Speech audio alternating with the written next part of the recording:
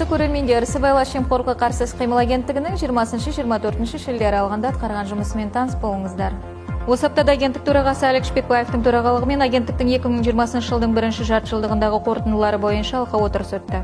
Оған агенттіктің және оның аумақтық департаменттерінің басшылық құрамымен қоса агенттіктің консультативтік кеңесші органдары мен жобалық кеңселерінің өкілдері, мәжіліс депутаттары мен бірқатар қоғам қайраткерлері онлайн режимде қатысты. Есептік кезеңде аса ауыр қылмысты анықтау және жолын кесу 3 есеге, ауыр сыбайлас жемқорлық қылмыстарын анықтау және жолын кесу 10% артты. Жемқорлықпен әшкереленген тұлғалардың әр 5-шісі мемлекеттік органның немесе ұйымның басшысы. Жалпы 28 республикалық, 65 облыстық, 72 қалалық және аудандық деңгейдегі басшылар қылмыстық жауапкершілікке тартылды. Өтелген залал сомасы 33 миллиард теңгеден асты. Атамекен ұлттық кәсіпкерлер палатасымен бірлесіп жүргізілетін сатып алу мониторингі нәтижелері бойынша 6 миллиардқа жуық бюджет қаражатын тиімсіз пайдаланудың жолы кесілді. Жүйелі сыбайлас жемқорлықтың жолын кесу 30%-ға, бизнестің ісіне заңсыз араласуды тіркеу 20%-ға артты. Төтенше жағдай мен карантин режимін бұзумен байланысты 81 қылмыс тіркелді. Сондай-ақ алқа отырысында жартыжылдықтың қорытындылары бойынша белсенді жұмыстар үшін 40 қоғам белсендісі агенттік төрағасының алғыс хаттарымен және ведомстволық наградалармен марапатталды. Отырыс соңында агенттік төрағасы ведомство жұмысының алдағы кезеңдегі басты басымдықтарын белгіледі.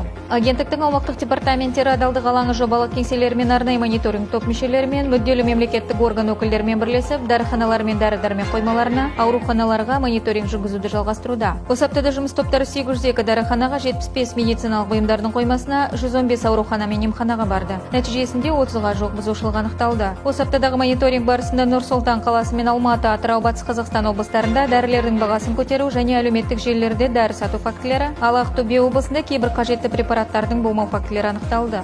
Жалпы агенттіктің жедел әрекеті арқылы 10 миллионға жуық медициналық бетперде, бірқатар тапшы дәрі-дәрмектері заңсыз айналымнан алынып, денсаулық сақтау ұйымдарына берілді. 100 өкпені жасанды желдету аппаратын жалпы сомасы 2 миллиард 300 миллион теңгеге қымбатқа алу фактілері анықталды. Агенттік пен оның аумақтық департаменттері азаматтық қоғам өкілдерін тарта отырып, шетелдік гуманитарлық көмекпен келген медициналық препараттар мен бұйымдарды жымқыруға және қайта сатуға жол бермеу мақсатында оны өңірлер мен медициналық мекемелерге таратуды қатаң бақылауға алды. Қазіргі таңда Катардан, Қытайдан, Біріккен Араб Әмірліктері мен Ресейден келген шетелдік гуманитарлық көмек жеткізілді. Өзбекстаннан, дүниежүзілік денсаулық сақтау ұйымынан, Түркиядан, Германия мен Чехиядан келген жүк тасымалдану үстінде. Сондай-ақ агенттік Самұрық-қазына Траст әлеуметтік жобаларды дамыту қоры бөлген гуманитарлық көмекті жеткізуді қадағалауда. Агенттік өткен жылдың соңында қабылданған бағынышты қызметкерлері сыбайлас жемқорлық жасаған үшін басшылардың отставкаға кетуі мен тәртіптік жауапкершілігі туралы заңнамалық нормалардың орындалуына бақылау жүргізуде. Осыған орай бұған дейін Жамбыл облысының Шу қаласының әкімі мен Батыс Қазақстан облысының Шыңғырлау ауданының әкімі өз өтініштерімен отставкаға кеткен болатын. Қарағанды облысының Сәтпаев қаласының әкімінде бағынышты қызметкердің сыбайлас жемқорлық құқық бұзушылығы үшін қызметінен кету туралы өтініш жазғанымен, оның отставкасы қабылданбай, оған сөгіс жарияланды. Осы аптада Қостанай облысының Рудный қаласы әкімі аппаратының басшысы тікелей бағынышты елді мекеннің әкіміне қатысты жемқорлық күдігі бойынша сотқа дейінгі тергеу басталуына орай сот үкімін күтпестен берген өтінішіне сәйкес қызметінен босатылды. Агенттіктің антикорлайф жобасының аясында Санжар Асфендияров атындағы Қазақ ұлттық медициналық университетінің ректоры Талғат Нұрғожинның, парламент мәжілісінің депутаты Азат Перуашевтың, Қазақ тағамтану академиясының президенті Төрегелді Шармановтың, адал көмек жобасының жетекшісі Айман Омарованың қатысуымен Facebook әлеуметтік желісінде тікелей эфирде онлайн сұхбаттар өтті. Ол медицина саласын кадрлармен қамтамасыз ету, пандемиямен күрестегі дұрыс тамақтану мен гигиенаның рөлі, агенттіктің адал көмек жобасының қызметі және пандемия кезіндегі өзекті мәселелерге арналды. Сондай-ақ антикорнеу жобасының аясында агенттіктің бірінші жартыжылдықтағы алдын алу жұмыстарының қорытындылары және агенттіктің арнайы мониторинг тобы қызметінің қорытындысы бойынша қоғаммен өзара іс-қимыл дамыту перспективалары туралы парасаттылық департаментінің директоры Ғанижан Асанұлының және арнайы мониторинг тобының жетекшісі Айгүл Соловьеваның қатысуымен онлайн брифинг өтті.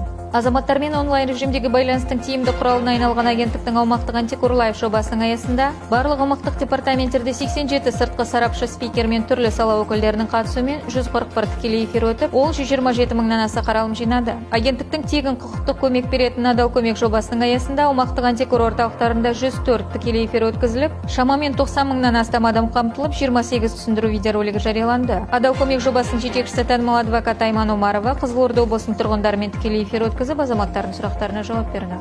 Қазақстан Республикасының қылмыстық іс жүргізу кодексінің 200 бабы негізінде қылмыстық және басқа да құқық бұзушылықтар жасауға ықпал еткен мән-жайларды жою туралы сыбайлас жемқорлыққа қарсы қызметтің ұсынысы Шымкент қаласында, Ақтөбе, Қарағанды және Қостанай облыстарында департамент басшыларының қатысуымен, Ақтөбе облысының әділет департаментімен, Шымкент қаласы әкімі аппаратымен және Қарағанды қалалық полиция басқармасымен талқыланды. Агенттік индустрия және инфрақұрылымдық даму министрлігінің жанындағы жол активтерінің ұлттық сапа орталығы мен сапалы жол адалдық алаңы жобалық кеңселерімен бірлесіп, республика аумағындағы жол сапасына тұрақты түрде мониторинг жүргізеді. Аталған жұмыс аясында осы аптада Батыс Қазақстан, Қызылорда және Маңғыстау облыстарында сапалы жол жобасының аясында аталған орталықтың облыстық филиалымен, адалдық алаң мен арнайы мониторинг топ өкілдерімен бірлесіп, қала және ауыл көшелерінің жол сапасына мониторинг жүргізіліп, анықталған ақаулар бойынша мердігерлерге тиісті ұсыныстар берілді. Алматы облысында Алматы-Өскемен Ақтоғай тас жолында және Лепсі елді мекені тұрғындарының шағымына сәйкес жол сапасы тексерілді. Павлодар облысының сыбайлас жемқорлыққа қарсы қызметі ертіс адалдық алаң мен арнайы мониторинг тобымен мүдделі мемлекеттік органдармен бірлесіп, жолдағы сыбайлас жемқорлық тәуекелдерін болдырмау және көлік саласындағы заң нормаларын таныстыру мақсатында Омбы-Майқапшағай тас жолында жолда қабылдау ұйымдастырды.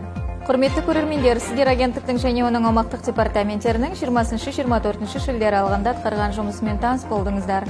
Арнайы жаңалықтар топтамасы экранда көрсетілген агенттіктің ресми сайтында және әлеуметтік желілерінде жарияланатын болады. Назарларыңызға рахмет. Жағым жаңалықтармен жүздесейік.